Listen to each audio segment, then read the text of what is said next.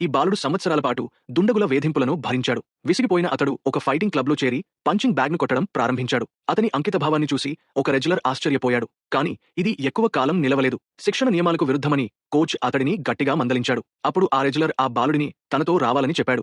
బాలుడిలోని ఆవేశం, ఆసక్తిని చూసి రెజ్లర్ అతడిని తానే శిక్షణ ఇవ్వడం ప్రారంభించాడు. ఆ రోజుతోనే బాలుడి నిజమైన బాక్సింగ్ ప్రయాణం మొదలైంది.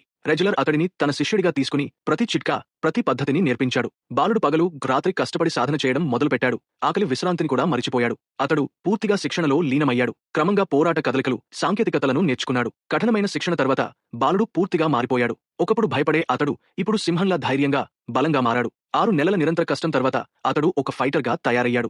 ఇప్పుడు పాత లెక్కలు తీర్చే సమయం వచ్చింది. దుండగులు అతడిని ఏడిపించిన అదే వీధికి వెళ్లాడు. కానీ ఈసారి అతడు ఏడవడానికి రాలేదు. ఇతరులను ఏడిపించడానికి వచ్చాడు.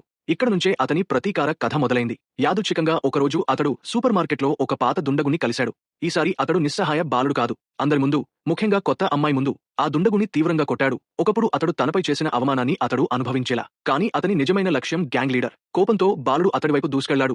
లీడర్ ఆయుధం కోసం వెతకడం ప్రారంభించాడు. కానీ పరిస్థితి ఇప్పుడు మారిపోయింది. బాలుడు ఒక సీసాను తన చొక్కాలో చుట్టి కొరడాలా ఊపి కొట్టాడు. నొప్పితో విలవలలాడిన గ్యాంగ్ లీడర్ లొంగిపోయి వెంటనే తన దగ్గర ఉన్న డబ్బును అప్పగించాడు.